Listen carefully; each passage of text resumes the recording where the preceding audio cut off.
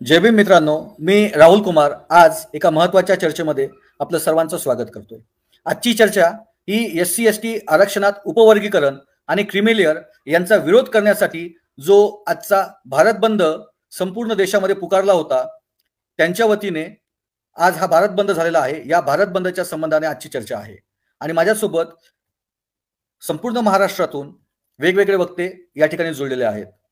तर आजचा भारत बंद काय होता, तर एकूणच SC/ST आरक्षणाच्या विरोधामध्ये दिनांक 1 ऑगस्ट 2024 रोजी 7 जजेसनी एक निकाल दिला आणि या निकालामध्ये त्यांनी असं म्हटलं की SC/STचं उपवर्गीकरण करता येऊ शकतं आणि सोबतच त्यांना क्रिमिलेअर सुद्धा लागला पाहिजे. काही जजेसनी टिप्पणी करताना एवढं सुद्धा म्हटलं की फक्त एका जनरेशन पुरतं हे आरक्षण असावं. काहींनी तर इथपर्यंत त्यांची मजल गेली की सध्याची आरक्षण व्यवस्था ही संपवून नवीन आरक्षण व्यवस्था निर्माण झाली पाहिजे, एवढ्या भयंकर लेवलपर्यंत काही टिप्पणी काही जजेसनी केली. तर एकूणच या निर्णयाचा विरोध संपूर्ण भारतामध्ये SC/ST समाजाकडून सातत्यानं होत होता आणि त्याचंच हे पाऊल होतं की भारतातील सर्व SC/ST संघटनांनी, पक्षांनी हा बंद मोठ्या प्रमाणात पुकारलेला होता.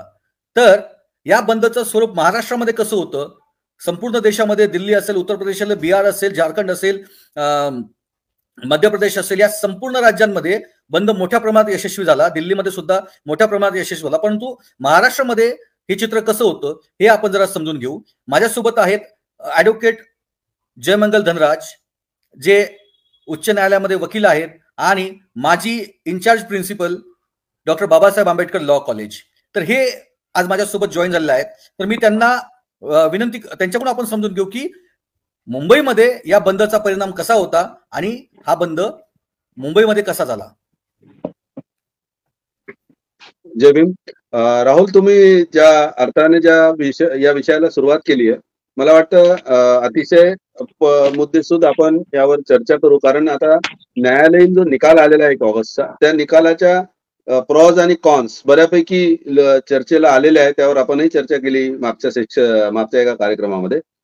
त्या निकालाच्या अनुषंगाने एक देशव्यापी एक आवाहन करण्यात आलं होतं की 21 ऑगस्टला भारत बंद केला जाईल. प्रामुख्याने आपण लक्षात घेतलं पाहिजे, हा कॉल जो होता तो खऱ्या अर्थानं उत्तर भारतातल्या कार्यकर्त्यांकडून, पक्षांकडून, संघटनांकडून हा कॉल करण्यात आलेला होता आणि महाराष्ट्राने त्याला अतिशय सकारात्मक पाठिंबा दिलेला आपल्याला आजच्या या विविध घटनांमधून दिसून येतो.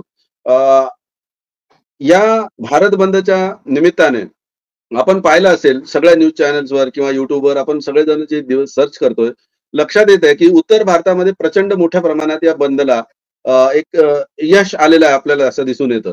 आता हे आणि त्याच पद्धतीने महाराष्ट्रात देखील याला चांगल्या प्रकारे समर्थन मिळालं. भारत बंद करण्याच्या अनुषंगाने म्हणा किंवा तसं काही झालेलं महाराष्ट्रात दिसत जरी नसलं तरी एक फार आनंदाची गोष्ट महाराष्ट्रातील झालेल्या निदर्शने असतील, धरणे असतील, प्रदर्शने असतील, आंदोलन जे काय झाले, एक फार प्रामुख्याने नोटेबल गोष्ट या अनुषंगाने झालेली आपल्याला पाहायला मिळेल की हा काही कुणी एखाद्या पक्षानं दिलेला कॉल नव्हता आणि एकंदरीत या निकालाचे जे दुष्परिणाम संविधानिक आरक्षण प्रणालीवर होऊ शकतात, संविधानिक आरक्षण व्यवस्थेवर होऊ शकतात, हे अत्यंत गंभीरपणे बहुजन समाजातल्या, आपण SC आणि STचाच उल्लेख त्या निकालामध्ये आहे असं जरी असलं तरी फार म्हणजे ऐतिहासिक घटना आजच्या दिवसांची आपल्याला बघायला मिळाली देशभरात आणि महाराष्ट्रात देखील, की केवळ शेड्यूल कास्टच्याच जाती नव्हे, शेड्यूल ट्राईब मधल्याच जाती नव्हे, जमाती नव्हे, तर OBC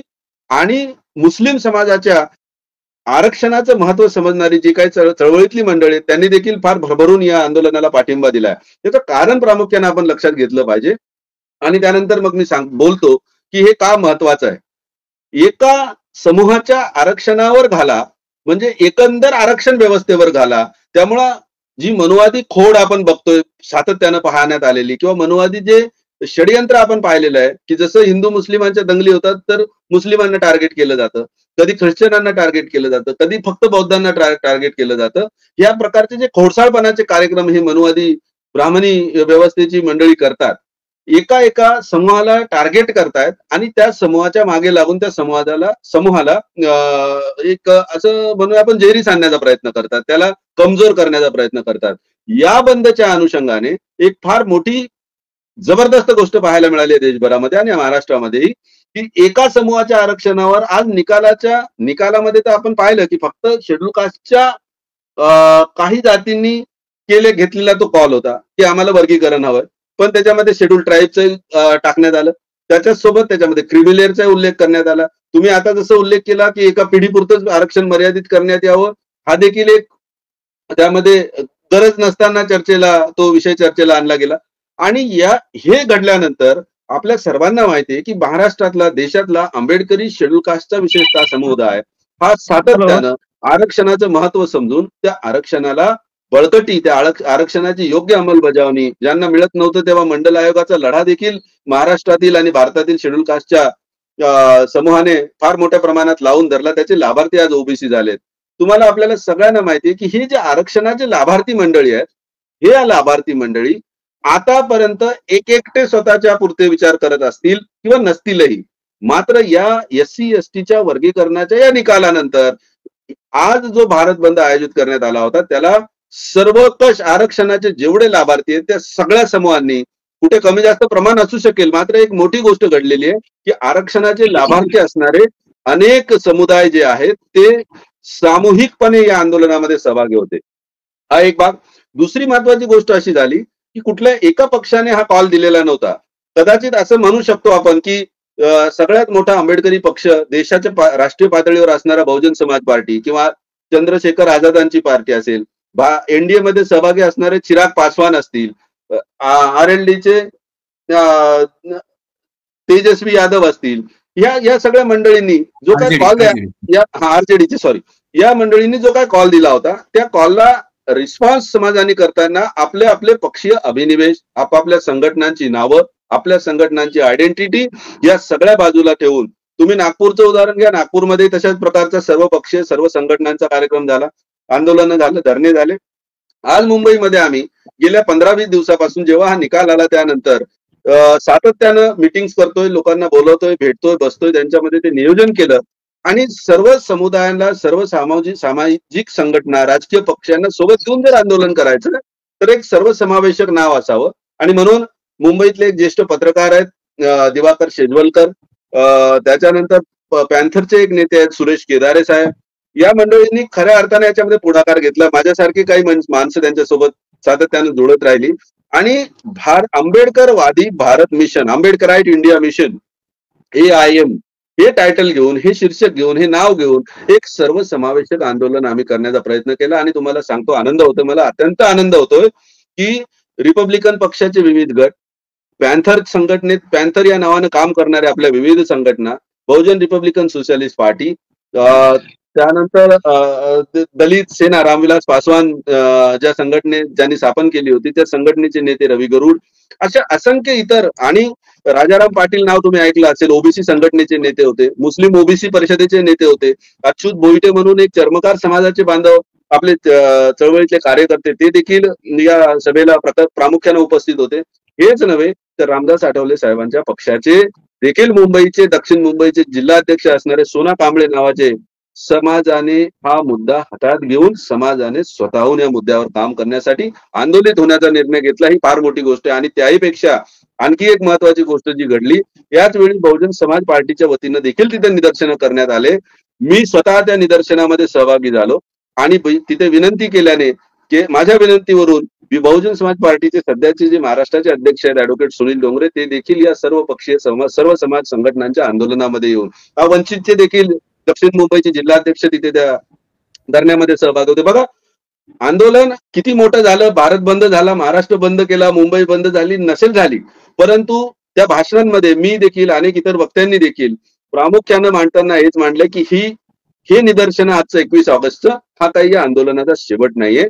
आता मोठ्या लढाईची सुरुवात करण्यासाठी सर्वांनी कंबर कसून तयार राहण्याची गरज आहे. हा एक मोठा संदेश महाराष्ट्रामध्ये, आज जरी आपलं ते महाराष्ट्रातलं आंदोलन उत्तर भारताच्या तुलनेत थोडंसं कमी जास्त असेल, मात्र येणाऱ्या काळामध्ये महाराष्ट्रामध्ये सर्व पक्षाचे, सर्व संघटनांचे आणि सर्व सर्व जाती समुदायाचे आंबेडकरी समुदायातली लोक या आंदोलनाला आणखी बळकटपणे उभं करण्याचा प्रयत्न करतील. त्याचीच कडी, त्याचाच एक पुढचा पाऊल म्हणून आम्ही आजच्याच कार्यक्रमामध्ये 27 तारखेला मुंबईमध्ये एका मोठ्या मिटिंगचं आयोजन केलेलं आहे आणि त्याच्यात जाहीर आवाहन केलंय की पुढच्या कार्यक्रमाची आखणी करण्यासाठी आपण एकत्र येऊ.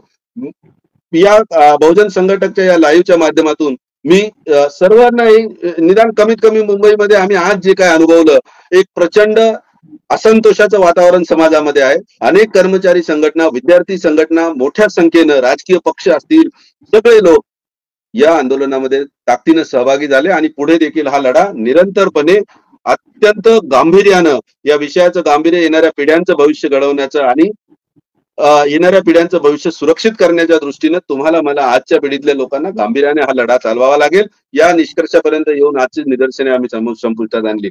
त्यामुळे आजच्या या कार्यक्रमाच्या, या भारत बंदच्या निमित्तानं जे काय देशभरात झालं, महाराष्ट्रातही झालं, कदाचित आता आपले इतर जे पॅनलिस्ट आहेत ते त्यांच्या भागामध्ये झालेल्या गोष्टींचाही उहापोह याच्यामध्ये करतील. मला वाटतं या सगळ्या बाबी समजून घेतल्यानंतर एक जागृत, सजग आणि कृतिशील समाजाचं निदर्शन किंवा समाजाचं एक प्रदर्शन आज देशातल्या सगळ्या आंबेडकरवाद्यांनी केलं, एवढं मात्र निश्चित. नक्कीच सर, ही युनिटी, ही जी एकता होती आपल्या समाजाची, ही फार महत्वाची होती आणि त्यासोबत ओबीसी वर्ग आहे, मुस्लिम वर्ग आहे, हा सुद्धा या आंदोलनामध्ये आपल्यासोबत सहभागी होता. ही एक उल्लेखनीय गोष्ट आहे आणि एक महत्वाची गोष्ट आहे. अतिशय महत्वाच्या गोष्टी आपण या निमित्तानं मांडल्या की येणारा काळ जो आहे हे काही शेवटचं आंदोलन नाही आहे. या निमित्ताने या विषयाला हात घालण्याची प्रोसेस सुरू झालेली आहे आणि एकूणच आपण येणाऱ्या भविष्यामध्ये आपण पुढच्या नवीन टप्पे आणि टप्प्याटप्प्याने हे आंदोलन नक्कीच पुढे नेऊ. धन्यवाद सर. यानंतर माझ्या सोबत आहेत अरुण गाडे, जे नागपूरहून जोडलेले आहेत, कास्ट्राईब संघटनेचे केंद्रीय अध्यक्ष आहेत. त्यांचं सुद्धा मी स्वागत करतो. गाडे सर, नागपूरमध्ये कसं आंदोलन झालं आणि या आंदोलनाची तीव्रता कशी होती? नागपूर आंबेडकरी चळवळीची राजधानी म्हटलं जातं आणि त्यामुळे बऱ्याचशा लोकांच्या अपेक्षा ह्या नागपूरकडे असतात की नागपूरमध्ये काय घडलं, आणि ते महत्वाचंही आहे कारण दीक्षाभूमी नागपूरची आहे. बाबासाहेबांचा महत्वाचे लढेही नागपुरातून झालेले आहेत. त्यामुळे नागपूरला एक विशेष आंबेडकरी चळवळीचं केंद्र म्हणून पाहिलं जातं. आजच्या या नागपूर बंदमध्ये, म्हणजे भारत बंदमध्ये, नागपूरमधल्या म्हणजे विशेषतः ज्या सर्व कामगार संघटना आहे, कर्मचारी संघटना आहे आणि पॉलिटिकल संघटना यांनी उत्स्फूर्तपणे भाग घेतलेला आहे. संपूर्ण जनता जरी रस्त्यावर आली नाही, कारण अवधी कमी होता, लोकांना कॅनव्हासिंग करायला वेळ मिळाला नाही, परंतु व्हॉट्सअपच्या माध्यमातून बराचसा प्रचार झालेला होता. तरीही मी फोटो आपल्याला पाठवलेले आहेत. त्या फोटोमध्ये आपल्याला दिसत असेल की संविधान चौक हे तिथलं एज्युकेशनचं केंद्र आहे, कारण सर्व आंदोलनं ही संविधान चौकात होतात. तो संविधान चौक संपूर्ण फुल्ल भरला होता, कारण प्रत्येक ठिकाणावर म्हणजे उत्तर असो, दक्षिण असो, पश्चिम असो, पूर्व असो, या भागातून काही तरुणांच्या रॅल्या मोटरसायकलनी, पायदल तिथे येऊन तिथे समारोप व्हायचा. आणि आम्ही म्हणजे कर्मचारी संघटनेच्या माध्यमातून राष्ट्रहित, बाणाई या सर्व संघटनांनी एक आरक्षण बचाव समन्वय समिती आम्ही तयार केली होती. त्यामध्ये जवळपास 50 कामगार सामाजिक संघटना, सांस्कृतिक संघटनांचा समावेश होता. आम्ही तिथे धरणा कार्यक्रम ठेवला होता आणि त्याच्या या आपल्याला माहित असेल प्राध्यापक रणजित मेश्राम जे ज्येष्ठ पत्रकार होते, त्यांच्या अध्यक्षतेखाली ही सभा ठेवली होती आणि भूमिका मीच व्यक्त केली याच्यामध्ये. आणि जवळपास सर्व संघटना, ओबीसी संघटनाचे, आदिवासी संघटनाचे, चर्मकार संघटनांचे, बंजारा संघटनाचे प्रतिनिधी त्यामध्ये होते आणि त्यांनी प्रत्येकाने आपापलं मनोगत व्यक्त केले. काही राजकीय पक्षांचे म्हणजे आता सांगितलं की रामदास आठवले साहेबांच्या पक्षाचे तुलकर साहेब सुद्धा होते, काँग्रेसच्या पक्षाचे डॉक्टर नितीन राऊत सुद्धा आलेले होते आणि तिकडे सुरेश मानेच्या पक्षांच्या तर्फे दीक्षाभूमीवरून मोर्चा काढण्यात आला.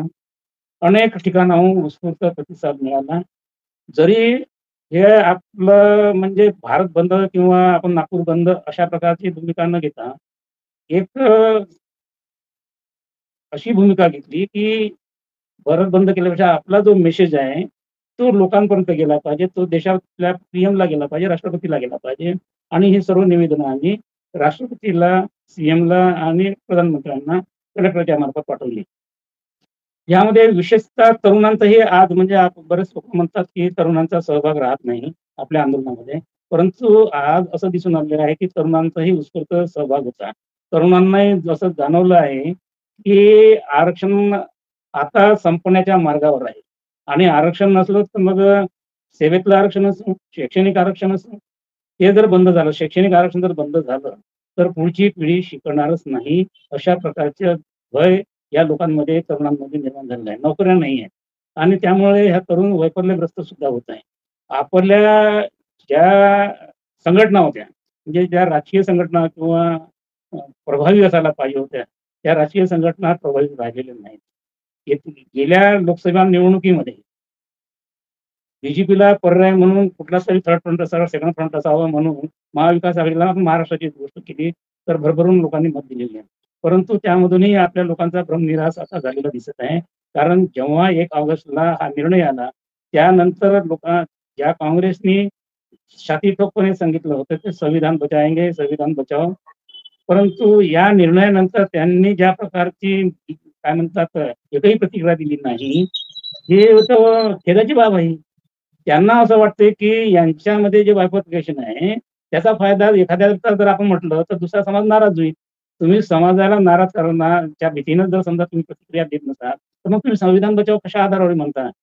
म्हणजे तुम्ही शेवटी लोकांच्या डोळ्यात धूळ फेकत आहे.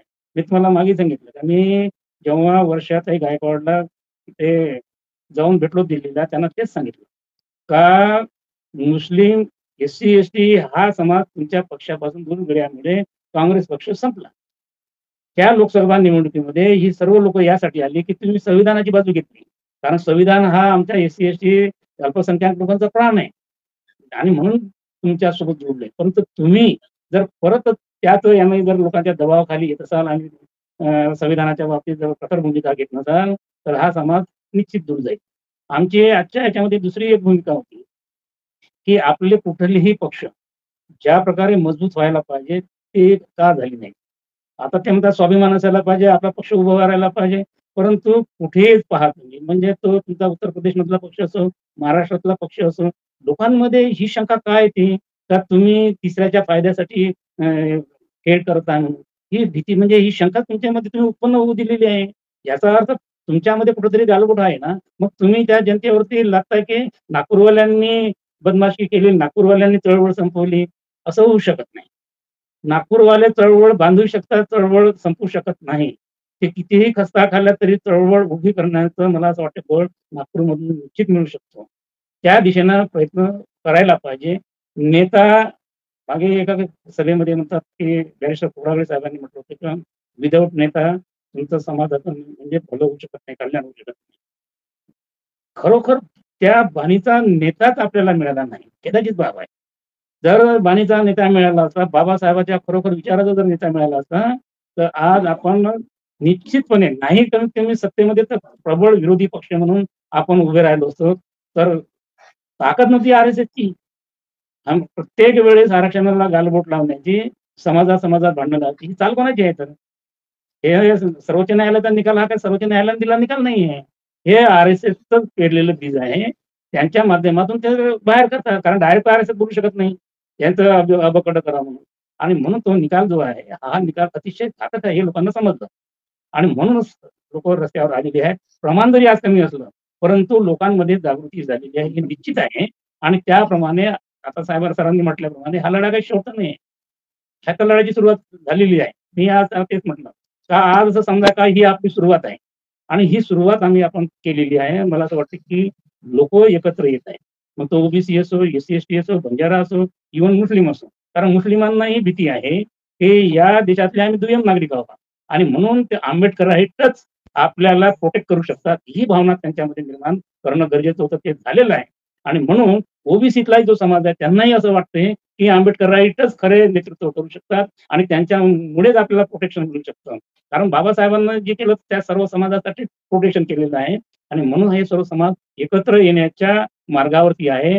हा शेवटचा जरी आपला लढा नसला तर आपण सुरुवात केलेली आहे. आम्ही डिसाईड केलेलं आहे की येत्या सप्टेंबरच्या दुसऱ्या आठवड्यामध्ये नागपूर ते दीक्षाभूमी ते मुंबई चैत्यभूमी एका रॅलीचं नियोजन करत आहे. ज्या रॅलीच्या माध्यमातून आम्ही या लोकांना सांगणार आहोत का कोणी मातंग वेगळा नाही, कोणी बौद्ध वेगळा नाही, कोणी चर्मकार वेगळा नाही, आपण सर्व एक आहोत. एससी एसटी हे सर्वचे सर्व एक आहे. एखाद्या साताऱ्याकडच्या एखाद्या मातंगाच्या नेत्यांनी बदमाशी केली म्हणून सर्व समाज विस्कळीत झाला असं होऊ शकत नाही. लोकांमध्ये ती भावना आहे की आपण एकत्र आलो पाहिजे. विशेषतः मी चर्मकार बंधूचे सर्वात महत्वाचे आभार मानतो. का चर्मकार समाज कुठेही गेलेला नाही, तो इथेच आहे. मातंग समाजातली काही लोक असतील तीच फक्त आपलं काहीतरी भलं होणार आहे या आशेत असतील, परंतु त्यांचंही पर्सेंटेज कमी आहे. आपल्याला बाबासाहेबांनी जाती निर्मूलनाचा संदेश दिलेला आहे. आपण जाती निर्मूलनासाठी प्रयत्न करत आहोत. तर या जाती निर्मूलनाच्या बाबतीत काही होतच नाही. सरकार येणारी सरकार जाती आणखी प्रकार करण्याचा प्रयत्न करतात. आपण ही मागणी करून आता पुढे जाणार आहोत की एससी एसटीच्या म्हणजे ज्या जातीवर तुम्ही दाखले देतात त्या जाती दाखले देणं बंद करा. ज्याप्रमाणे 340 आणि 341 मध्ये 42 मध्ये जातीचा एक समूह तयार केला, तो समूह तुम्ही त्याप्रमाणे सर्टिफिकेट द्यायला पाहिजे. हे आपल्याला आणि दुसरं जे महत्वाचं जाती जनगणना जे होणार आहे ती झाली पाहिजे. या प्रकारे या मागण्या घेऊन आपण पूर्ण महाराष्ट्रावर रॅली करणार आहोत आणि आपण ज्या मागण्या केलेल्या आहेत की हा सुप्रीम कोर्टाचा निर्णय पार्लमेंटने रद्द करावा. पार्लमेंटने आरक्षण हे संविधानाच्या त्या 9व्या शेड्यूलमध्ये लागू करावं. पूर्ण बॅकलॉग भरण्यात यावा. प्रायव्हेट सेक्टरमध्ये आरक्षण लागू करावं. या ज्या मागण्या आहेत त्या मागण्या फार महत्वाच्या आहेत. लोकसंख्येच्या प्रमाणामध्ये तुम्ही निधी वाटप केला पाहिजे, तशी तरतूद तुम्ही बजेटमध्ये केली पाहिजे. बरोबर. अनेक प्रकारचा निधी तुम्ही गाळ करता तेवढ्या प्रमाणात निधी दिला जात नाही. ज्या समाजाचं तुम्ही म्हणता की खरोखर त्यांचं म्हणजे ते पुढे आला नाही, तो समाज तो पुढे का आला नाही त्याचं तुम्ही विश्लेषण करायला पाहिजे होतं. तुम्ही कुठल्याही प्रकारचा डाटा नसताना तुम्ही सरसकटपणे क्रिमिनल थोपवत आहात, तर हे चुकीचं आहे. म्हणजे सुप्रीम कोर्टही अशा प्रकारचं जर भूमिका घेत असेल तर विश्वास कोणावर ठेवणार तुम्ही? सुप्रीम कोर्टाचा हा निर्णय अतिशय कुठलाही डाटा नसताना, कुठल्या आयोगाचं कुठली रिपोर्ट नसताना, कुठल्या त्यांची सल्ला मसलत न करता घेतलेला रिपोर्ट हा टोटली RSCच्या आधारावर आहे हे नमूद करायचं वाटतं. म्हणून सर या हिवाळी अधिवेशनावर संसदेच्या या मागण्या जर मंजूर झाल्या नाही तर आपल्याला म्हणजे माझी बोलणी झाली आहे बऱ्याचशा बाहेर देशातले काही संघटनांसोबत. आपण सर्व मिळून संसदेला घेराव करायचाच. आणि जर हिवाळी अधिवेशनाला तोपर्यंत जेवढं होते खासदारांना भेटीगाठी करून त्यांना सांगायचं तुम्ही या येणाऱ्या हिवाळी अधिवेशनापर्यंत आमच्या ह्या ज्या 8-9 मागण्या आहेत त्या पूर्ण केल्या तरच बरं, नाही तर तुमचाही आम्ही धिक्कार करू आणि संसदेला घेरा करू. आणि संसदेला घेरा करू जोपर्यंत संसदेच्या पटलावरती हे सारे मुद्दे येत नाही तोपर्यंत आपला घेराव राहील. असा कसा देत नाही म्हणतात तसं ते आहे. घेतल्याशिवाय राहणार नाही. धन्यवाद. नक्कीच सर, आपण खूप महत्वाची भूमिका मांडली आणि अतिशय सविस्तर ही भूमिका मांडली. आणि हे आरक्षण आपल्या हक्काचं आहे, ते कोणीही हिरावून घेऊ शकत नाही. हा जो निर्णय आहे अतिशय चुकीचा आहे. या प्रकारची आपली भूमिका आणि मांडली आपण. आणि एकूणच जो काही सध्याच्या आरक्षणाचा या संदर्भामध्ये जे काही भविष्यातली रणनीती असेल हे सुद्धा तुम्ही या निमित्ताने सांगितले. माझ्यासोबत सिद्धार्थ शिंगारे, भारतीय हितकारिणी सभा संस्थापक अध्यक्ष हे जुळलेले आहेत. औरंगाबाद आणि मराठवाड्यातली एकूणच जी या आरक्षणासंबंधीची भूमिका आहे त्यांनी या संबंधाने मांडावी की कसं हे आंदोलन झालं आजचं. आम्ही छत्रपती संभाजीनगरमध्ये एसटी वर्गीकरणाच्या संदर्भामध्ये सर्व संघटनांनी मिळून आंबेडकरी चळवळीचे लोक रस्त्यावर आले आणि रस्त्यावर येऊन क्रांती चौकामध्ये निदर्शनं झाली आणि भविष्यकालीन योजनेसंदर्भात तिथं चर्चा झाली. लोकांचा प्रचंड उत्साह होता, विरोध होता आणि सर्वोच्च न्यायालयाने जे निर्णय दिलेला आहे त्या निर्णयासंदर्भामध्ये लोकांमध्ये असंतोष आहे. मुद्दा वर्गीकरणाचा फक्त नसून त्याच्यामध्ये जी क्रिमिलियरची अट लावलेली आहे आणि क्रिमिलियरचा मुद्दा आहे की संविधानानुसार तो शेड्यूल कास्टला आणि शेड्यूल ट्राईबला लावता येत नाही तरी सुद्धा लावलेला आहे. त्यामुळं लोकांमध्ये रोष होता. दुसरा मुद्दा हा होता की काही आदिवासी संघटनाही त्या बंदमध्ये सहभागी होत्या आणि आदिवासी नेत्यांचं कार्यकर्त्यांचं म्हणणं होतं की आम्ही पार्टी नाही आणि आम्ही पार्टी नसताना आमच्या संदर्भामध्ये निर्णय दिलेला आहे. हा निर्णय गलत निर्णय आहे. कारण आमचं ऐकून न घेता जो त्याला नॅचरल जस्टिस म्हणतात तो नॅचरल जो जस्टिस आहे तो नॅचरल जस्टिस आमच्यासोबत झाला नाही, आमचं म्हणणं ऐकून घेतलं नाही असंही त्यांनी या ठिकाणी म्हणलेलं आहे. आणि त्याच्यानंतर त्यांनी बाकीच्या काही ओबीसी संघटना आल्या, ओबीसी पत्रकार आले, ओबीसी विचारवंत बंदमध्ये सहभागी होते. कारण एका जनरेशनला आरक्षण मिळाल्यानंतर दुसऱ्या जनरेशनला आरक्षण मिळालं नाही पाहिजे हे जे जस्टिस पंकज मित्तलचं म्हणणं आहे या जजमेंटमध्ये, यामुळे ओबीसी संघटनांनी ही म्हणणं होतं की आम्ही पार्टी नव्हतो तरीही एका जनरेशन मध्ये आज 3 करोड लोक सरकारी नोकरीला आहेत एससी एसटी ओबीसीचे, आणि ओबीसीचाही उल्लेख केलेला आहे जस्टिसनी की ओबीसीच्या पुढच्या जनरेशनला आरक्षणाचा फायदा नाही मिळाला पाहिजे, त्यामुळे ओबीसी लोकही या बंदमध्ये सहभागी होते. याप्रमाणे खूप साऱ्या संघटना एससीच्या, एसटीच्या, ओबीसीच्या आणि खूप सारे लोक पत्रकारांना भेटले, निदर्शने झाली, तिथं भाषणं झाली चौकामध्ये, आणि त्यानंतर 2 व्हीलर रॅली काढून आम्ही शहर बंद केलं. अशा प्रकारे छत्रपती संभाजीनगरमध्ये बंद पार पडला. आणि मराठवाड्याची जी काही मला खबर आहे, आता मराठवाड्यामध्ये अंबाजोगाई असेल, केज असेल, या ठिकाणी चांगला बंद झालेला आहे, जालन्यामध्ये झालेला आहे, संपूर्ण मराठवाड्यामध्ये चांगला प्रतिसाद मिळालेला आहे. जेवढा उत्तर प्रदेश किंवा नॉर्थ इंडियामध्ये त्याची जी तीव्रता होती त्यापेक्षा कमी तीव्रता महाराष्ट्रात होती. परंतु स्पेशली जर बघायचं गेलं याच्यामध्ये तर शेड्यूल कास्ट मधल्या ज्या बुद्धिस्ट संघटना आहेत, बुद्धिस्ट समाजाचे लोक मोठ्या प्रमाणावर होते आणि त्यांच्यासोबत ओबीसी आणि आदिवासी समाजाचे कार्यकर्ते रस्त्यावर होते. असं चित्र मला तरी मराठवाड्यात दिसलेलं आहे. योग्य ती माहिती आपण आपल्यापर्यंत, आमच्यापर्यंत पोहोचवली. ऍडव्होकेट सर्वजित बनसोडे सर यांना मी विनंती करतो की एकूण सर या आरक्षणाच्या संदर्भात काय भूमिका होती आणि कशा प्रकारचं आपलं म्हणणं आहे? नाही, आताच मी आता 2-3 आपल्या गेस्ट मंडळींचं भूमिका ऐकत होतो. ते त्यांना फारशा गोष्टी आपण अधोरेखित करू शकत नाहीयेत, बट महाराष्ट्रामध्ये बंदचा काही मोजके पॉकेट सोडले तर त्याचा काही फारसा महत्वपूर्ण त्या बंदचा प्रतिसाद काही जाणवलेला नाही. ही एकूणच आपल्या सगळ्यांसाठी गंभीर गोष्ट आहे.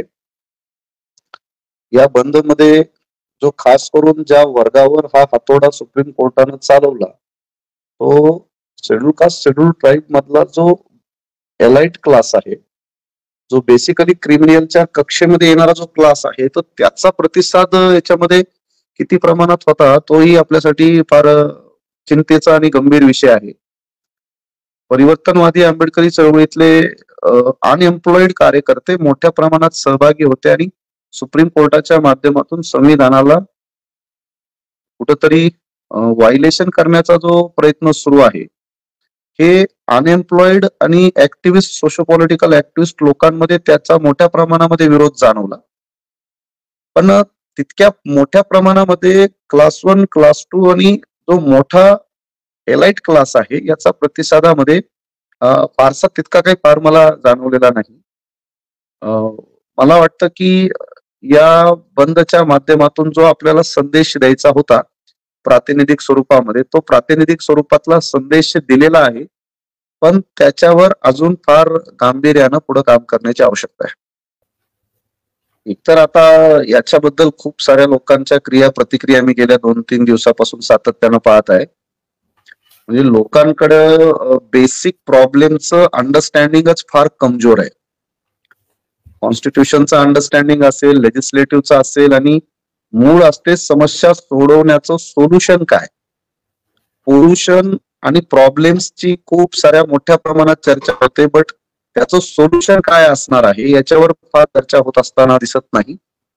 तर एकूणच सर्वजित बनसोडे यांचं एक म्हणणं आलं की ज्या वर्गावर हा खऱ्या अर्थानं हातोडा या आरक्षणाच्या संदर्भाने आहे आणि या निर्णयाच्या संदर्भाने होता, मला वाटते सिद्धार्थ शिंगारे यांच्याशी बोलताना सुद्धा हा विषय त्यांनी हाताळला होता की जवळपास 3 करोड कर्मचारी भारतामध्ये आहेत आणि जर या 3 करोड कर्मचाऱ्यांच्या मुलांना भविष्यात नोकऱ्या लागल्या तर काय परिणाम होईल. सर, मला हेच म्हणायचं आहे की त्यामध्ये जो जनरेशनचा मुद्दा आणलेला आहे, जस्टिस जे गवई आहेत, भूषण गवई यांनी त्यांच्या जजमेंटमध्ये एक उदाहरण दिलं. ते उदाहरण असं आहे की IAS आणि IPS ज्यावेळेस शेड्यूल कास्ट आणि शेड्यूल ट्राईबचे लोक IAS आणि IPS बनतात, त्यांचा सोशली, एज्युकेशनली आणि इकॉनॉमिकली ते फॉरवर्ड होतात, पुढारलेले होतात. त्यामुळे त्यांच्या लेकरांना आरक्षणाची काय गरज आहे असं एक्झाम्पल जस्टिस गवईने त्यांच्या जजमेंटमध्ये दिलंय. आणि हेच जजमेंट, हेच एक्झाम्पल जस्टिस पंकज मिश्रांनी त्यांच्या कन्क्लुडिंग रिमार्कमध्ये नोट केलेलं आहे. आणि नोट करून त्यांनी म्हटलेलं आहे की माझ्या मनात हा प्रश्न पडला की यांनी जर IAS ची जर पेमेंट बघितली, तुम्ही IAS ची पगार ही प्राध्यापकापेक्षा कमी असते. तुम्ही विद्यापीठातले प्राध्यापक बघा, हे 2.5 लाखाच्या पेक्षा जास्त पगारी घेतात. किंवा मेडिकल कॉलेजचे प्रोफेसर बघा तुम्ही, त्यांच्याही पगार 2.5 लाखापेक्षा जास्त आहेत. प्राध्यापकाची पगार ही IAS पेक्षा जास्त आहे किंवा जजेसच्या पगारी ह्या सुद्धा IAS पेक्षा जास्त आहेत, परंतु उदाहरण देताना IAS IPS किंवा UPSC थ्रू आलेल्या लोकांचंच का उदाहरण दिलं असेल? कारण कुठंतरी जजेसच्या मनामध्ये ही बाब आहे की जे UPSC थ्रू IAS IPS बनतात, शेड्यूल कास्टचे लोक, शेड्यूल टाईपचे लोक, हे करप्शन करतात आणि करप्शन करून पैसा जमा करतात, अशी त्याच्या मागची फिलिंग आहे.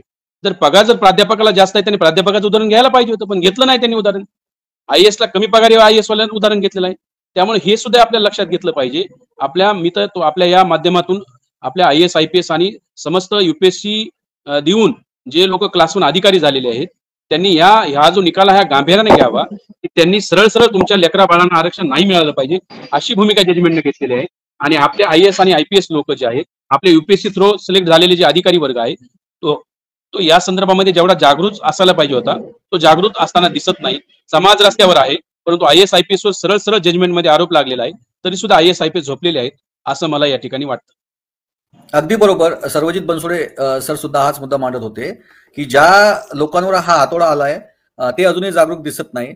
सर तुम्ही तुमचा विषय कंटिन्यू करा सर. आपल्या या बाकी मंडळींच्या प्रतिक्रिया ऐकत आहे. म्हणजे ज्या हेतूने म्हणजे या बंदचा फार कॉन्क्रेटिव्ह फारसा कुठं तो जाणवलेला नाही, कारण हा महाराष्ट्र व्यापी बंद होणं आपल्या सगळ्यांना अपेक्षित होतं. वंचित बहुजन आघाडीच्या वतीने बाळासाहेब आंबेडकरांनी या बंदला पाठिंबा दिला असल्यामुळे मी स्वतःही नांदेडमध्ये या बंदच्या प्रक्रियेत पार्टिसिपेट होतो. पण मी कलेक्टर ऑफिसला निवेदन देण्याच्या प्रक्रियेमध्ये होतो आणि बंदच्याही मी जेव्हा रस्त्यावर भ्रमण केलं तर म्हणजे चिंताजनक गोष्ट आहे. मला वाटतं हटकर सर या ठिकाणी आहेत, कारण आपणच आपली पाठ थोपटून घेणे हे काही आजच्या घडीला योग्य नाहीये. म्हणजे ज्या पद्धतीचं रिॲक्शन महाराष्ट्रातल्या बुद्धिजीवी वर्गाकडून, खास करून अधिकारी कर्मचाऱ्यांकडून येणं अपेक्षित होतं, असं ऍक्शन रिॲक्शन काही आपल्याला फारसं बघायला मिळालेलं नाही. मला वाटतं की यामध्ये 30 दिवसाच्या आत जे सुप्रीम कोर्टामध्ये रिव्ह्यू पिटिशन दाखल करणं गरजेचं आहे, त्याची आणखी अद्याप माझ्यापर्यंत कुठलीही माहिती उपलब्ध नाहीये. मी स्वतः एका सुप्रीम कोर्टाच्या वकिलाशी यावर चर्चा केली आहे, पण त्याच्यासाठी जे डॉक्युमेंट्स आणि जे खर्च आहे त्याची एक थोडीशी माझी प्रायमरी लेवलवर चर्चा झाली. कारण आता 1 ऑगस्टला डिसिजन आलेला आहे आणि 30 तारखेच्या अगोदर 30 दिवसाच्या आत आपल्याला रिव्ह्यू पिटिशन दाखल करणं हा झाला एक आपल्याला ज्युडिशरी रिलीफ देणारा जो डिसिजन आहे, म्हणजे एक न्यायपालिकेमध्ये याला चॅलेंज करणं.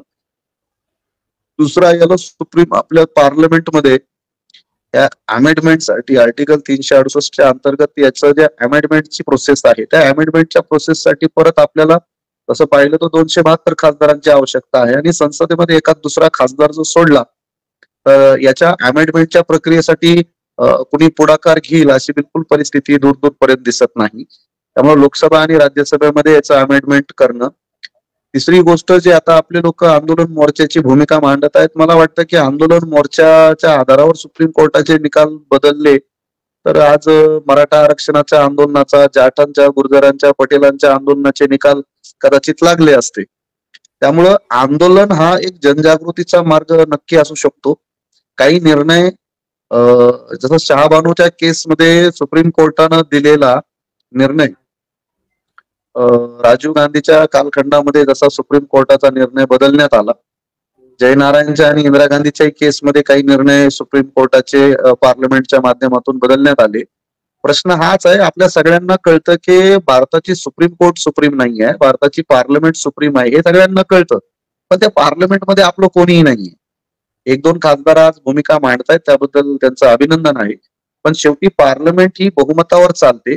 बहुमतासाठी 272 खासदार लागतात आणि 272 खासदारांची ताकद आपल्याला कुठेही दूरपर्यंत या प्रक्रियेला अडवेल असं सध्या तरी चित्र दिसत नाहीये.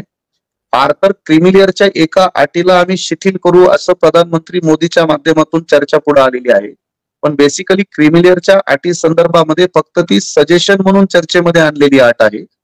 मूळ क्लासिफिकेशन आहे, क्लासिफिकेशनचा निर्णय झालेला आहे आणि तो डायरेक्टिव्ह प्रिन्सिपलच्या तत्वाप्रमाणे तो स्टेटवर डिपेंड आहे. तो राज्यांना ते डेलिगेटेड केलेला आहे की तुम्हाला करायचं असेल तर तुम्ही करा. म्हणून मला जे स्पष्टपणे जे सोल्युशन दिसतं ते सोल्युशन किमान महाराष्ट्रापुरता आपण विचार केला तर येत्या 2-3 महिन्यामध्ये महाराष्ट्राच्या विधानसभेच्या निवडणुका आहेत. महाराष्ट्रात जसं देवेंद्र फडणवीसांनी या निर्णयाचं स्वागत केलं, त्याच धर्तीवर तेलंगणा आणि कर्नाटकच्या काँग्रेसच्या दोन्ही मुख्यमंत्र्यांनी या निर्णयाचं स्वागत केलेलं आहे. त्यामुळे आता आरडाबोंबा करणं, स्टंटबाजी करणं किंवा काय म्हणता येईल त्याला, एक जाणीव जागृती करणं हा एक आपल्या आंदोलनाचा एक टप्पा असू शकतो. पण महाराष्ट्राच्या 2-3 महिन्यानंतर येणाऱ्या विधानसभेमध्ये या निर्णय स्टेटवर डिपेंड आहे आणि स्टेटमध्ये हा निर्णय कुठल्याही परिस्थितीत आम्ही लागू करणार नाही. अशा प्रकारची ठाम भूमिका घेणारे तुमचे स्वतःचे हक्काचे आमदार असल्याशिवाय, तुमचं या भूमिकांना विरोध करणारी सरकार असल्याशिवाय याला कुठलाही दूरदूरपर्यंत अर्थ उरणार नाही. त्यामुळे 3 महिन्यानंतर या आपल्या स्वतःचे आमदार महाराष्ट्राच्या विधानसभेत असले पाहिजे. हा एक मला महाराष्ट्रापुरता विचार केला तर हा एक मार्ग आम्हाला दिसतो. म्हणून आपल्या सगळ्या लोकांनी याचा बारकाईने विचार करावा. सुप्रीम कोर्टाचे डिसिजन रिव्हर्स करणे, बदलणे हे इतकं सोपं काम नाही आहे. त्यामुळे जे लोक बोलत आहेत त्या सगळ्यांना याची जाणीव असणं गरजेचं आहे. आर्टिकल 136च्या अंतर्गत सुप्रीम निकाल असतात ते बेसिकली कायदा म्हणूनच त्याला मान्यता असते आणि ते आर्टिकल 144च्या अंतर्गत लागू करणं राज्यांना आणि केंद्राला बंधनकारक असतं. म्हणून याच्यावर 7च्या ऐवजी 9 जजेसचा बेंच बसून याचं रिव्ह्यू करणे, हा निर्णय रद्दबादल करण्यासाठीचे प्रयत्न आणि पार्लमेंट मधून नवीन अमेंडमेंट करून याला नलिफाय करणं किंवा याला निरस्त करणं, हे आजच्या तारखेला तरी प्रचंड कठीण गोष्टी आम्हाला दिसतात. त्यामुळं याही गोष्टीचा आपण सगळ्यांनी विचार केला पाहिजे. भावनिकपणे चर्चा करणं हा वेगळा भाग आहे. प्रॅक्टिकली आपल्या सगळ्यांच्या समोर एक प्रचंड मोठं संकट उभं झालेलं आहे. नक्कीच सर, आपण या सगळ्या समस्येची ज्या काही जाणीवा आहेत त्या गंभीरतेने करून दिल्या. अर्थात या बरोबर आहेत, काही लोकांना या कळत सुद्धा आहेत पण त्या वळत नाहीत. तर येणाऱ्या काळामध्ये ज्या प्रकारे राज्यावर ही जबाबदारी दिलेली आहे की तुम्हाला वर्गीकरण करायचं असेल तर तुम्ही करा, त्यामुळे राज्यावर आपला वचक असणे, राज्यावर आपली राज्याच्या संपूर्ण विधानसभेवर आपलं प्रभुत्व असणं हे फार महत्वाचं आहे. त्याच्यावर कंट्रोल असणं फार महत्वाचं आहे आणि याची जाणीव महाराष्ट्रातल्या प्रत्येक माणसाला असावी, एवढं तरी यावेळी निश्चित आपल्याला लक्षात येतंय. भीमरावजी हटकरे माझ्यासोबत आहेत. सर, तुम्हाला आजच्या नांदेडमधील आंदोलनाबद्दल ऐकून तुमचं काय मत आणि काय तुम्हाला जाणवलंय? जय भीम सर्वांना. आज नांदेडमध्ये मोठ्या प्रमाणामध्ये बंद पाळण्यात आला. आता बंदच्या ज्या काही व्याख्या आपल्याकडे आहेत ती फार मोठी हिंसा झाली, त्याला फार मोठं पोलिसाचं प्रोटेक्शन मिळालं किंवा पोलीस धावून आले म्हणजे ते बंद यशस्वी होतात, अशातला काही आंबेडकरी जनतेचा हा तसा बंद नाही. आंबेडकरी जनता ज्याच्या जनतेला बुद्धाच्या करुणेचा आणि बुद्धाच्या शांततेच्या विचाराचा एक बेस आहे आणि म्हणून नांदेड मधले ज्या काही बंद आज करण्यात आला तो प्रामुख्यानं वंचित बहुजन आघाडी, बहुजन समाज पार्टी, त्यानंतर माने सरांची बहुजन सोशल रिपब्लिकन पार्टी, त्यानंतर वर्गीकरण विरुद्ध उपवर्गीकरण विरुद्ध कृती समिती, अशी नांदेड स्तरावर एक कृती समिती स्थापन करण्यात आली होती आणि या कृती समितीच्या माध्यमातून विद्यार्थ्यांनी शाळा कॉलेजेस बंद आणि सर्वानुमते मोर्चा काढून जिल्हाधिकाऱ्यांना आज जवळपास 20 ते 25 निवेदनं सादर केलेले आहेत आणि अत्यंत उत्स्फूर्तपणे हा बंद संपन्न झालेला आहे. काही ठिकाणी पोलिसांनी विद्यार्थ्यांवर दबाव आणण्याचा प्रयत्न केला, काही विद्यार्थ्यांना काही क्षणासाठी, काही तासासाठी त्यांनी अटक देखील केली आणि हा बंद चिरडण्याचा नांदेडमध्ये जरूर प्रयत्न करण्यात आलेला आहे. पण आंबेडकरी जनतेनं अत्यंत शांततेनं, शिस्तीनं आणि कुठल्याही समाजामध्ये उद्वेष आणि दुभंग निर्माण होणार नाही याची पुरेपूर काळजी घेऊन हा बंद संपन्न केलेला आहे आणि अत्यंत चांगल्या पद्धतीचं निवेदन मला वाटते की महाराष्ट्रातल्या इतर देखील जिल्ह्यांनी या निवेदनाची प्रत हस्तगत करावी. अत्यंत कायदेशीर बाबीचं असं निवेदन, ज्या कायदेशीर बाबीवर आता आपल्याला सर्वजित बनसोडे त्यानंतर अनेक ऍडव्होकेट जयमंगल यांनी ज्या काही चर्चा या ठिकाणी केलेल्या आहेत त्याच उहापोह करणारं त्याचं सार असणारं एक निवेदन नांदेडमधून माननीय जिल्हाधिकाऱ्यामार्फत संसदेला म्हणजे नरेंद्र मोदींना पाठवण्यात आलं. त्याची एक प्रत विरोधी पक्षनेते राहुल गांधींना देखील देण्यात आलेली आहे. आणि सर्वांनी ही खूणगाठ बांधितलेली आहे की आजचा बंद जो आहे किंवा आजचं जे आंदोलन आहे हे प्रतिकात्मक आहे. हा प्रारंभ आहे, उद्याच्या आंदोलनाचा हा प्रारंभ आहे. आणि आम्ही हे आंदोलन या निर्णयाची निष्प्रभता, या निर्णयाचं निरसन जोपर्यंत होत नाही तोपर्यंत आम्ही हे आंदोलन चालू ठेवू, अशा पद्धतीची भूमिका नांदेडमधील बुद्धिजीवी आणि विशेषतः सर्व राजकीय पक्षांच्या कार्यकर्त्यांनी ही घेतलेली आहे. आणि म्हणून मला सर्व जनतेचं देखील एक आभार मानायचा आहे की त्यांनी अत्यंत संयमानं हा बंद संपन्न केलेला आहे, हे आंदोलन संपन्न केलेलं आहे. आमच्या जिल्हाधिकारी कार्यालयात तर अनुसूचित जाती अंतर्गत वर्गीकरणाच्या बाजूचे जे काही कार्यकर्ते होते ते देखील कार्यकर्ते एकाच वेळी जिल्हाधिकारी कार्यालयामध्ये आलेले होते. पण कुठलाही दुरावा दोन्ही बाजूकडील कार्यकर्त्यामध्ये दिसून आलेला नाही. आपली वैचारिक भूमिका आहे आणि ती मानणं, बाबासाहेब आंबेडकरांनी दिलेल्या संविधानाप्रमाणे आपल्या अभिव्यक्तीचा तो भाग आहे, आपल्या भूमिकांचा तो संघर्ष आहे. आणि म्हणून अत्यंत चांगल्या पद्धतीनं लोकांनी प्रतिसाद दिला. सर्व राजकीय पक्षांनी याला पाठिंबा दिला. रस्त्यावर कमी लोक आले पण भूमिकेचा पाठिंबा अनेक मान्यवर नेत्यांनी आणि मान्यवर कार्यकर्त्यांनी नांदेडमध्ये दिलेला आहे. आणि सर्वांच्या सहकार्यानं ही आजच्या आंदोलनाची आम्ही नांदेडमध्ये एक सांगता केलेली आहे. आणि येणाऱ्या काळामध्ये नांदेडकर हे या आंदोलनामध्ये अत्यंत अग्रभागी राहतील आणि दोन्ही पातळीवर, भौतिक पातळीवर आणि बौद्धिक पातळीवर, या दोन्ही पातळीवर आम्ही हा लढा अत्यंत जोमाने लढवू. आणि सर्वजितनं सांगितल्याप्रमाणे जोपर्यंत संसदेमध्ये घटनादुरुस्ती होऊन सुप्रीम कोर्टाचा निकाल निष्प्रभ करण्याची घटनादुरुस्ती होणार नाही तोपर्यंत या प्रकरणावर खऱ्या अर्थानं तोडगा निघणार नाही. आपण एका स्टेट पुरतं हे मुद्दा नाही आणि एक स्टेट एका कालखंडामध्ये वर्गीकरण करणार नाही. पण ते सरकार जाऊन दुसरं सरकार आलं तर ते आपल्या हितसंबंध राखण्यासाठी या ठिकाणी वर्गीकरण लागू करू शकते. म्हणून हा निकालच संपूर्णरित्या निरस्त करणं, निष्प्रभ करणं हेच त्याच्यावरचा एकमेव उपाय आहे.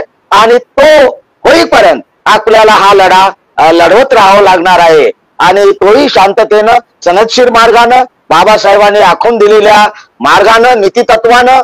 तेव्हा अशा पद्धतीचा हे नांदेडचा अहवाल मी सर्व बहुजन संघटकांच्या दर्शकाला या ठिकाणी निवेदित करतो.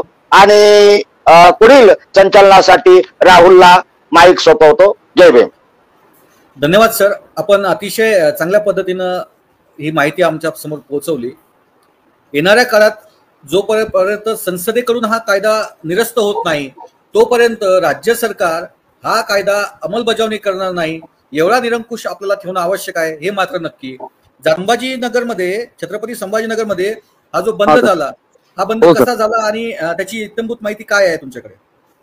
तर खरं सांगायला गेलं तर वर्गीकरणाचा जो विषय आहे तो नेमका जनसामान्यापर्यंत पोहोचण्यामध्ये आपण कुठेतरी कमी पडतो अशी माझी या ठिकाणी भावना आहे. म्हणजे मी एक कार्यकर्ता म्हणून सुद्धा त्या ठिकाणी काही गोष्टी लोकांना आपण सांगण्यात कमी पडलो की काय असं मी अनेक त्या आजच्या आंदोलनाचं करतोय. कारण की आपण गटागटात विखुरलेल्या पक्ष संघटना जरी असलो पण जेव्हा जाती अन्याय अत्याचार होतो किंवा आपल्या हक्क आणि अधिकार जेव्हा करण्याचा प्रयत्न होतो तेव्हा आपण सर्वजण संघटितपणे एकत्र येतो. पण औरंगाबादची आजची भीषण परिस्थिती अशी दिसून आली का आम्ही रस्त्यावर तर उतरलो पण मॉब जो क्रिएट करण्याचा होता तो काही जास्त प्रमाणात झाला नाही आणि त्याचा परिणाम असं काही जास्त मोठ्या प्रमाणात काही दिसलं नाही. त्याची कारणी माझा अशी आहे की बाबा जे वर्गीकरणाचा तो विषय आपण जनसामान्यापर्यंत म्हणजे ग्राउंड लेवलला तो समजून सांगायला पाहिजे. ती आपल्याकडे पद्धत आणखी म्हणजे रूढ झालेली नाही. त्याचं ओढ म्हणजे नेमकं वर्गीकरण काय म्हणजे एकीकडे मातंग समाजांच्या वर्गीकरणाचा विषय मांडलाय, 1 ऑगस्टच्या दिवशी तो निर्णय आलाय. म्हणूनच काय त्याला आपण विरोध करायचा का, किंवा आपलं फक्त शैक्षणिक आरक्षण धोक्यात आहे का म्हणून विरोध करायचा काय, अशा बऱ्याचशा बाबीवर त्या ठिकाणी काही ठिकाणी चर्चा विनिमय झालेला नसल्या कारणामुळे आपण कुठेतरी कमी पडतो अशी माझ्या ठिकाणी भावना आहे. आणि आपण ते लवकरात लवकर जनसामान्यात पोहोचलो नाही तर याचा उद्रेक मोठ्या प्रमाणात होणार नाही किंवा याचं जनसामान्यापर्यंत ते लवकर जाणार नाही. तर असंच मला या ठिकाणी आजच्या आंदोलन वाटतंय. आम्ही खूप प्रयत्न केला, कारण की आमच्या औरंगाबादला 2 दिवसापूर्वीच आम्ही हे सगळं कॉल ठरवण्याचा प्रयत्न केला होता. त्यामुळे आम्ही त्या ठिकाणी कमी लोकांपर्यंत पोहोचलो तरी असलो, पण आजही जनसामान्यात त्याचं जे आम्ही फीडबॅक बघतोय किंवा लोकांना जे वाटतोय की नेमकं वर्गीकरण काय हे लोक अजूनही समजलेलं नाहीत सर. नक्कीच पुणे असेल, हो त्यानंतर पिंपरी चिंचवड असेल, मुंबई असेल, या संपूर्ण भागातील परिस्थिती जवळपास सर्वजित सरांनी ज्या पद्धतीनं इथं विश्लेषण केलं होतं की आपणच आपली पाठ थोपवून घेण्यात काही अर्थ नाही. बरोबर. सत्य आपण समजून घेतलं पाहिजे की परिस्थिती आहे ती समजून घेतली पाहिजे. ज्या वर्गाला सगळ्यात मोठं याचं नुकसान होणार आहे त्या वर्गाला याच्या जाणीवा नाही आहेत. या ठिकाणी जी काही आहेत ही सगळी कार्यकर्ते मंडळी आहेत, ती सातत्यानं आपलं दिवस रात्र एक करून ज्या समाजाला जागृत करण्यासाठी प्रयत्न करत आहात तो समाज झोपेचं सोंग घेतल्यासारखा झोपेत आहे असं दिसतंय एकूण. परंतु सातत्यानं आपल्याला लढावं लागणार आहे ही भूमिका मात्र प्रत्येकाने या ठिकाणी बोलून दाखवली. संपूर्ण चर्चा ऐकली. दोन्ही प्रकारे म्हणजे कार्यकर्त्यांना अतिशय दुःख झालं की ज्या वर्गाला हा मुद्दा समजायला पाहिजे होता तो वर्ग अजूनही अलिप्त आहे याचं दुःख त्यांनी बोलून दाखवलं. कारण सातत्यानं आपण समाजासाठी काम करत असतो आणि हे फार दुःख वाटतं. काय तुमची प्रतिक्रिया म्हणजे एकूण ही चर्चा ऐकल्यानंतर? नाही, माझं हे म्हणणं आहे यामध्ये सर की मुळात काय झालेलं आहे की आपण हा जो विषय घेऊन जाण्यामध्ये महाराष्ट्रामध्ये तरी कमी पडलो हे मलाही मान्य आहे. 1 ऑगस्टला निकाल लागल्यानंतर दुसऱ्या दिवशी मी 565 पानाचं जजमेंट वाटून त्याच्यावर फेसबुक लाईव्ह आलो होतो आणि लाईव्ह येऊन मी सविस्तर भूमिका मांडली होती यामध्ये. आणि मी यामध्ये ही भूमिका मांडली होती की 26 नोव्हेंबरला 1 करोड लोकांनी सगळ्या मोठी तयारी करून आपण सुप्रीम कोर्टावर मोर्चा काढला पाहिजे. सुप्रीम कोर्टावर मोर्चा यासाठी काढला पाहिजे, अमेरिकेमध्ये तर काळ्या लोकांच्या विरोधामध्ये गोरे जजेस निर्णय द्यायचे. काळे लोक एवढे बेजार झाले की त्यांनी एकदा काय केलं, गोऱ्या लोकांचे घर बंगले कोंडले आणि त्याच्यावर राखेल पेट्रोल ओतलं, त्यांना जाळून टाकलं, मारून टाकलं सगळ्या जजेसला. त्या दिवसापासून अमेरिकेतल्या कोणत्याही गोऱ्या जजेसची हिंमत होत नाही की काळ्या लोकांच्या विरोधामध्ये निर्णय देण्याची. आम्ही लोकांना तर असं सांगायला नाहीत ना असं करा म्हणून, कारण आम्ही संविधानाला मानणारे आहोत. बाबासाहेबांनी संविधान लिहिलं असल्यामुळे आम्ही संविधानाला मानतो आणि संविधानिकच आम्ही आंदोलन करतो. आम्ही असं लोकांना तर म्हटलेलं नाही की असं करा. परंतु सुप्रीम कोर्टाला वरती जर मोर्चा काढला, मला माझ्याकडे जी माहिती आहे की महाराष्ट्रामध्ये मुंबई हायकोर्टावरती बाळासाहेब आंबेडकरांनी मोर्चा काढलेला आहे. त्यामुळे सुप्रीम कोर्टावरती, भारताच्या सुप्रीम कोर्टावरती कुणीही मोर्चा घेऊन गेलेला नाहीये, तर घेऊन गेलं पाहिजे. कारण हे आहे की शेड्यूल कास्टला आणि शेड्यूल ट्राईबला जे आरक्षण मिळालेलं आहे, आम्ही मागासलेले आहोत म्हणून आरक्षण आम्हाला मिळालेलं नाहीये, ही गोष्ट लक्षात घेतली पाहिजे. आम्ही इम्पॉर्टंट नॅशनल एलिमेंट आहोत म्हणून आम्हाला आरक्षण मिळालेलं आहे. जे सिख होते, ख्रिश्चन होते, अँग्लो इंडियन होते, मुसलमान होते. सर बोला सर. तर जे इम्पॉर्टंट नॅशनल एलिमेंट असल्यामुळे आम्हाला ते आरक्षण मिळालेलं आहे. आपण संविधानामध्ये अँग्लो इंडियनला आरक्षण आहे. अँग्लो इंडियन काय बॅकवर्ड आहेत का? अँग्लो इंडियनला आरक्षण आहे. अँग्लो इंडियनला याच्यामुळे आरक्षण आहे की ते देशाचे प्रमुख राष्ट्रीय घटक होते आणि देशाचे जे प्रमुख राष्ट्रीय घटक होते त्या सर्वांना आरक्षण मिळत होतं मायनॉरिटी म्हणून. जे हिंदूपासून वेगळे आहेत त्या सर्वांना मिळत होतं. परंतु संविधान सभेमध्ये जी मायनॉरिटी कमिटी होती त्या समोरती सिखांनी असेल, ख्रिश्चनांनी असेल, यांनी ते आरक्षण घेतलेलं नाहीये. परंतु शेड्यूल कास्टनं, शेड्यूल ट्राईबनं आणि अँग्लो इंडियननं आरक्षण घेतलेलं आहे. त्यामुळं आम्ही बॅकवर्ड नाही. आम्ही बॅकवर्ड असल्यामुळे आम्हाला बिलकुल आरक्षण मिळालेलं नाही. तर आम्ही या देशातले स्वतंत्र एलिमेंट आहोत, स्वतंत्र घटक आहोत, एक मायनॉरिटी आहोत आणि आम्ही हिंदूपासून वेगळे आहोत म्हणून आम्हाला आरक्षण मिळालेलं आहे. त्यामुळे आम्हाला तुम्ही एकाच जनरेशनला दिल्यानंतर दुसऱ्या जनरेशनला द्यायला नाही पाहिजे किंवा क्रिमिलेअर लावलं पाहिजे, ही काही जहागिरी नाहीये. मग आमचं तर असं म्हणणं आहे की बाबासाहेब आंबेडकरांनी त्यांच्या एंटायर लाईफमध्ये 70 संविधानिक सेफगार्डची मागणी केली होती, जवळपास 70. त्यापैकी संविधानात 7 सेफगार्ड आपल्याला मिळालेले आहेत, 63 अधिकार मिळालेले नाहीत. सरळ अर्थ आहे की बाबासाहेब आंबेडकर जे म्हणायचे इथपर्यंत रथ आणला, तुमच्याकडनं पुढे घेऊन शक्य नसेल तर मागं जाऊ देऊ नका. याचा सरळ अर्थ आहे की 7 अधिकार मिळवलेले आहेत. तुम्हाला 8वा अधिकार 9वा अधिकार मिळवणं शक्य नाही झालं तर कमीत कमी या 7 अधिकाराचं रक्षण करा. म्हणजे आंबेडकर चळवळ पुढे घेऊन जाणं म्हणजे 8वा 9वा अधिकार मिळवणं आहे. संविधानामध्ये 7 संविधानिक सेफगार्ड मिळालेले आहेत. हा त्यांच्या बापजाद्यामध्ये आणि आमच्या बापजाद्यामध्ये झालेला सामाजिक तह आहे. म्हणजे ब्राह्मण, क्षत्रिय, वैश्य जे आहेत ते ज्या काळात संविधान सभेत होते आणि आमचा बाबासाहेब आंबेडकर त्यांच्यामध्ये आणि आमच्यामध्ये हा झालेला सामाजिक तह आहे. त्यानंतर आम्ही या संविधानाला मान्यता दिलेली आहे. ज्यावेळी संविधान सभेमध्ये बाबासाहेब निवडून आले नव्हते किंवा ते जिथून निवडून आले होते ते जो भाग आहे तो पाकिस्तानला देण्यात आला होता. तर कराचीमध्ये प्रेस कॉन्फरन्स घेऊन बाबासाहेब म्हणले होते तर येणारं जर संविधान आमच्या लोकांच्या सहमतीशिवाय बनत असेल तर आम्ही याला मानणार नाही. त्यामुळं आपली मान्यता घेण्यासाठीच बाबासाहेब आंबेडकरला संविधान सभेवर घेतलेला आहे आणि त्यामुळे आपण एक स्वतंत्र राष्ट्रीय घटक आहोत. त्यामुळे सुप्रीम कोर्टाच्या जजेसला आपण बोललं पाहिजे की तुमच्या बापजाद्यामध्ये आणि आमच्या बापजाद्यामध्ये झालेला हा सामाजिक तह आहे, तुम्ही उपकार करत नाहीत आम्हाला देऊन. आणि कोणत्याही तहामध्ये एक गोष्ट असते, पहिला तह जर झाला तर पुढच्या युद्धाचे बीज रोवले जातात. जे पहिलं महायुद्ध झालं आणि जे जर्मनीवर अटी लावल्या त्याच्यामुळे दुसरं महायुद्ध झालेलं आहे. जर ह्यांना आमचे हक्काधिकार तुम्हाला मान्य नसतील, आमचे हक्काधिकार जर तुम्हाला पायदळी तुडवायचे असतील तर मग ह्या संविधानात राहतंय काय आमचं?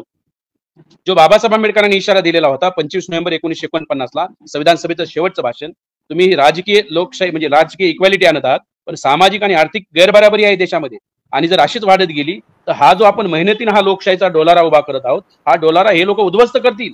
हा जो इशारा दिलेला आहे हा इशारा सांगण्याची गरज आहे सुप्रीम कोर्टाच्या जजेसला. तुमच्या बापदाद्यामध्ये आमच्या दाद्यामध्ये हा करार आहे, जर तुम्ही हा ब्रेक करत असाल तर आम्हीही भविष्यामध्ये हा करायला मग काय करायचं याचं आम्ही चिंतन मनन करू. त्यामुळे सुप्रीम कोर्टावर मोर्चा घेऊन गेलं पाहिजे, ज्याचं प्रेशर मग पार्लमेंटवर येऊ शकतंय. कारण जसं सर्वजित सरांनी ज्या बाबी मांडल्या की त्याचं सोल्युशन सांगितलं, मी 100% त्यांच्या सर्वच सोल्युशनशी सहमत आहे. फक्त ऍडिशन मध्ये एवढंच बोलतो की सुप्रीम कोर्टावर जर मोर्चा काढला तर कमीत कमी, कारण जजेसचं मी जे 565 पानाचं जजमेंट वाचलं त्या प्रत्येक जजेसला माइंडमध्ये जस्टिस भूषण गवईनी जे खरं सांगितलेलं आहे, जस्टिस भूषण गवई जे बोललेले आहेत त्यांनी अधोरेखित गवईंना केलेलं आहे जस्टिसनी. कारण जस्टिसलाही माहित आहे की शेड्यूल कास्टच्या नादी लागण्याचा काय परिणाम होऊ शकतो या देशामध्ये, त्यांना त्याच्यामुळे ते गवईकडून करून घेतलेलं आहे. म्हणजे जे कुऱ्हाडीचा दांडा जो असतो तो जंगल तोडायला वापरला जातो, हे जे कुऱ्हाडीचे दांडे आहेत हे जस्टिस त्याला जे पद मिळालेलं आहे ते कुऱ्हाडीचा दांडा म्हणेन मी यांना. कारण तुम्ही आमच्यावर काही उपकार करत नाहीत. त्यामुळे सुप्रीम कोर्टावर जर एकदा मोर्चा केला तर देशभरामध्ये एक नवीन इतिहास तयार होईल आणि आपण ही बाजू मांडू शकतो. तर मला हे शेवटच्या रिमार्क मध्ये हे सांगायचं आहे. धन्यवाद. नक्कीच एक महत्वाचा कमेंट तुम्ही या निमित्तानं दिलेला आहे की जोपर्यंत सुप्रीम कोर्टाला सुद्धा आपण धारेवर धरू शकतो ही भूमिका तुम्ही या निमित्तानं आपल्या पुढे ठेवताय. गारे सर, शेवटची कमेंट आपली काय? आपल्याला राजकीय ऐक्य फार जरुरी आहे. जोपर्यंत तुम्ही पॉलिटिकली स्ट्रॉंग होणार नाही तोपर्यंत तुमचे प्रश्न सुटणार नाही. तुम्ही सामाजिक कितीही एकजूट झाले, एक दिवस मोर्चा केला, आपण कशा बाबासाहेब ऍक्शन करायचे त्यानंतर देश रिॲक्शन करायचा, आपण ऍक्शन करत नाही. आपण एखादा प्रकरण घडल्यानंतर आपण एकत्र येतो, उठाव करतो एक दिवसाचा, त्यानंतर आपण आपल्या घरात जातो. तर आपल्यामध्ये कंटिन्युटी नाही आहे. आपण सर्वांनी त्यापासून बोध घेणं गरजेचं आहे. तोपर्यंत तुमचे प्रतिनिधी लोकसभा किंवा विधानमंडळामध्ये जाणार नाही तोपर्यंत तुमच्या प्रश्नाची दखल घेणार कोणीही नाही. बरोबर. नाहीतर तुम्हाला उठाव तो असा पाहिजे, आता त्यांनी मगाशी सांगितलं निगृहचा किंवा आपण बांगलादेशमधला उठाव पहा, श्रीलंकेतला उठाव पहा, अशा प्रकारचा उठाव जोपर्यंत होणार नाही तोपर्यंत इथल्या मनुवाद्यांना किंवा इथल्या RSSला धक्का लागणार नाही. नक्कीच सर, खूप महत्वाचा मुद्दा तुम्ही मांडला की अजूनही आरक्षणाबाबतीत लोकांमध्ये जे संभ्रम आहेत ते दूर झाले पाहिजेत. हाटकर सर, ही आंदोलनाची सुरुवात आहे आणि आंदोलनकर्त्याला, समाजाला हा संपूर्ण विश्वास आहे की आपण भीमा कोरेगावच्या शौर्यवीरांचे वारसदार आहोत आणि हा लढा आपण निश्चित जिंकू. कारण ज्या तरुणांचा उल्लेख आता केला त्या तरुणांमध्ये प्रचंड ऊर्जा आहे. म्हणजे आज त्यांनी जे काही ध्वज हाती घेतले तर अवघ्या 10 ते 15 मिनिटांमध्ये 1-1 किलोमीटर ते ध्वज घेऊन पुढे धावले लोक. ही ऊर्जा आहे आणि त्याच्या पाठीमागं बाबासाहेब आंबेडकरांची प्रेरणा आहे, बाबासाहेब आंबेडकरांच्या विचाराचा वारसा आहे आणि त्यामुळं येणाऱ्या काळामध्ये आपण ठरवल्याप्रमाणे निश्चित या निर्णयाला आपण निष्प्रभ करण्यासाठी या देशातल्या मोदी सरकारला आपण भाग पाडू एवढा मला या ठिकाणी विश्वास वाटतो आणि मी या ठिकाणी माझा संवाद संपवितो. जय भीम. सर्वजित सर, आता तुम्ही सगळी चर्चा ऐकलेली आहे, तुमची शेवटची कमेंट काय? या सगळ्या चर्चा आपण जागृती करणं गरजेचं आहे. आता मी सगळ्यांच्या प्रतिक्रिया ऐकल्या. त्याच्यामध्ये आता गाडे सरांनी प्रतिक्रिया 2-3 प्रकारच्या वेगवेगळ्या कॉन्ट्रोवर्शियल मला वाटल्या. म्हणजे एका बाजूला आपले राजकीय प्रतिनिधी असले पाहिजे, दुसऱ्या बाजूला आंदोलनही केलं पाहिजे, तिसऱ्या बाजूला आपले नेते बाजूला ठेवा, अशा 2-3 वेगवेगळ्या संमिश्र प्रतिक्रिया आल्यामुळे मग मला थोडंसं वाटलं की आपण आज संसदेमध्ये चंद्रशेखर आझाद जे खासदार आहेत ते अत्यंत सडेतोड या संदर्भात भूमिका मांडत आहेत सर. आणि याच्यातून आपण हे समजून घेतलं पाहिजे की कुठलाही खासदार याच्यावर एक चकार शब्द बोलणार नाही. ज्यांना तुम्ही आपलं समजता ते लोक याच्यावर बोलणार नाहीत, कारण प्रत्येक पक्षाला व्हीप असतो. WHIP व्हीप म्हणजे चाबकाचे फटके. चाबकाचे फटके असल्यामुळे कुठलाही खासदार जोपर्यंत त्यांच्या पक्षाचा अध्यादेश येत नसतो यावर संदर्भात बोलणार नाही. म्हणून आपले स्वतंत्र खासदार असल्याशिवाय या सगळ्या स्वतंत्र भूमिकांवर वाचा फुटणं कठीण आहे. मला वाटलं की आपण थोड्याशा या सगळ्या कन्क्लुजन मध्ये यायला हवं. मी हटकर सरांच्या मताशी थोडा सहमत आहे. रिप्रेझेंटेटिव्ह प्रातिनिधिक स्वरूपामध्ये ही जी काय आजचा बंद झाला तो प्रातिनिधिक स्वरूपामध्ये आहे. पण हटकर सर, मला वाटतं की तुम्ही रिटायर होऊन आता खूप वर्ष झाली आहेत, पण तरी सुद्धा तुमच्यात तो जोश आहे, लढण्याची जिद्द आहे. आणि त्याचसोबत आपल्या सिद्धार्थ शिंगारे साहेबांनी जी मत मांडलं ते सुद्धा अत्यंत इम्पॉर्टंट आहे की जे IAS, IPS, IRS, IFS आणि क्लास 1, सुपर क्लास 1 आणि जे एक्झिक्युटिव्ह लेवलवर जो खऱ्या अर्थानं आमचा क्रिमिलियर आहे, मलाई खाणारा वर्ग, कमीत कमी या मलाई खाणाऱ्या वर्गानं लढवय्या यंत्रणेला रसद तरी पुरवण्याची भूमिका घेणार आहेत की नाही याचा पण आपण, ठीक आहे तुम्हाला नसेल जमत, 12 महिने सिव्हिल कंडक्ट रूल्सचे भूमिका सांगितल्या जात असतील, म्हणजे तुमच्या येणाऱ्या अख्ख्या पिढ्या बर्बाद करणारा निर्णय झालेला आहे, ही कल्पना नाही आहे. आता हा निर्णय झालेला आहे तुमच्या येणाऱ्या पिढ्या संपवण्याचा, आणि तरी सुद्धा तुम्ही त्याला सर्व अंगानं विरोध करण्यासाठी मैदानात यावं लागेल. म्हणून मी आपल्या सर्वांना, म्हणजे जसं सुप्रीम कोर्टाच्या मोर्चा काढावा हा सुद्धा विषय महत्वाचा आहे, कारण कुठल्या ना कुठल्या अँगलनं या विषयाला वाचा फोडणं अत्यंत गरजेचं आहे. आणि ही वाचा फोडत असताना मी जी 1-2 गोष्टी आपल्या लक्षात आणून देण्याचा प्रयत्न केला, कारण ही आता एक मोठी लढाई आहे. 9 जजेसचा बेंच बसणं हा काही 4-2 दिवसातला विषय नाहीये. हे रिव्ह्यू होणं आणि हे सुप्रीम कोर्टाला पार्लमेंट मधून चॅलेंज करणं ही खूप लॉंग प्रोसेस आहे, ही फार मोठी लढाई आहे.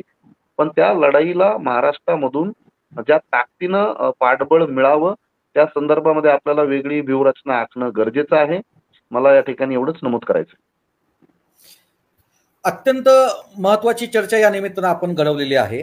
एकूणच या सगळ्या गोष्टींचा जर आपण आजच्या चर्चेचा जर विषय घेतला तर एकूण समजून आलेलं आहे की अजूनही ज्या सिरियसनेसनं आपण या विषयाकडे बघायला पाहिजे ते समाज म्हणून आपण अजूनही बघत नाही आहोत. अजूनही आपल्याला सर्व अंगाची जाणीव झालेली दिसत नाहीये.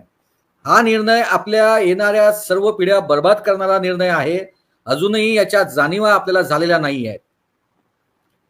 अजूनही लोकांना याच्या जाणीवा झालेल्या नाहीत की आपले प्रतिनिधी कशा पद्धतीनं आपण संसदेत पाठवू शकू, नाही तर कमीत कमी येणाऱ्या विधानसभेमध्ये आपण आपले प्रतिनिधी कसे पाठवून राज्य सरकारवर कंट्रोल ठेवू की येणाऱ्या काळात, कारण हा जो निर्णय आहे हा निर्णय राज्य सरकारला घ्यायचा आहे की तुमच्या राज्यामध्ये SC STचं वर्गीकरण करायचं की नाही करायचं हा निर्णय सर्वता राज्याला घ्यायचा आहे. त्यामुळे ही राज्याची जबाबदारी आहे आणि म्हणून राज्याला कसं करावं कंट्रोल या अंगानं सर्वजित बनसोडे सरांनी एक भूमिका मांडली की येणाऱ्या विधानसभेमध्ये जोपर्यंत आपले प्रतिनिधी आपण तिथं पाठवणार नाही तोपर्यंत या निर्णयाला कंट्रोल करणं, आपल्याला रोखून ठेवणं आपल्याला अवघड आहे. कारण 9 जजेसचं बेंच बसणं ही कठीण प्रक्रिया आहे. याला किती वेळ लागेल हे सांगता येत नाही. कारण 2004च्या निर्णयानंतर 2024 मध्ये 2004 मध्ये 5 जजेसचं बेंच बसलं होतं 2004 मध्ये. आज 2024 लागलंय जे 7 जजेसचं बेंच बसलंय. या 20 वर्षामध्ये, पुढच्या 20 वर्षामध्ये 2000 म्हणजे 34-44 मध्ये कदाचित 9 जजेसचं बेंच बसेल. तोपर्यंत आपल्या या 20 वर्षामध्ये अख्ख्या पिढ्या बर्बाद होतील याच्या जाणीवा आपण ठेवणं आवश्यक आहे. आणि म्हणून शॉर्ट टर्म पिरियड मध्ये काय करू शकतो आणि लॉंग टर्म पिरियड मध्ये काय करू शकतो याच्या व्यूहरचना आपल्याला करणं आवश्यक आहे. जसं की येणारी विधानसभा लगेच आहे, त्यामुळे येणाऱ्या विधानसभेमध्ये आपले प्रतिनिधी पाठवणं आवश्यक आहे. ज्या लोकांना शक्य आहे त्या लोकांनी रिव्ह्यू पिटिशन या येणाऱ्या शॉर्ट टर्म मध्ये म्हणजे या उरलेल्या 10-15 दिवसामध्ये ते भरणं आवश्यक आहे, ज्यांना पॉसिबल आहे ते. अशा प्रकारच्या ह्या शॉर्ट टर्म आणि राहिला प्रश्न संसदेवर घेराव टाकणे, नंतर सुप्रीम कोर्टावर घेराव टाकणे, त्याला तिथं मोर्चा नेणे, या बाबी सुद्धा अत्यंत महत्वाच्या आहेत. या सुद्धा दखलपात्र आंदोलन ठरू शकतात. याच्या जाणीवा येणाऱ्या काळात आपल्याला ठेवणं आवश्यक आहे. या निमित्ताने सर्व जुळलेले जे काही आजचे प्रमुख पाहुणे होते, जे काही वक्ते होते, ज्यामध्ये ॲडव्होकेट जयमंगल धनराज सर, भीमराव हटकर नांदेडवरून, ज्यांनी सुप्रीम कोर्टावर मोर्चाण्याची भूमिका मांडली ते ॲडव्होकेट सिद्धार्थ शिंगारे सर, त्यानंतर अरुण गारे सर, जे केंद्रीय अध्यक्ष आहेत कास्ट्राईब संघटनेचे नागपूरवरून, आणि गुणरत्न सोनवणे जे औरंगाबादहून म्हणजे छत्रपती संभाजीनगरहून जोडले होते. या सगळ्यांचं मी धन्यवाद व्यक्त करतो आणि येणाऱ्या काळात लढेंगे जितेंगे या घोषणेसहित इथेच थांबतो. जय भीम, जय भारत.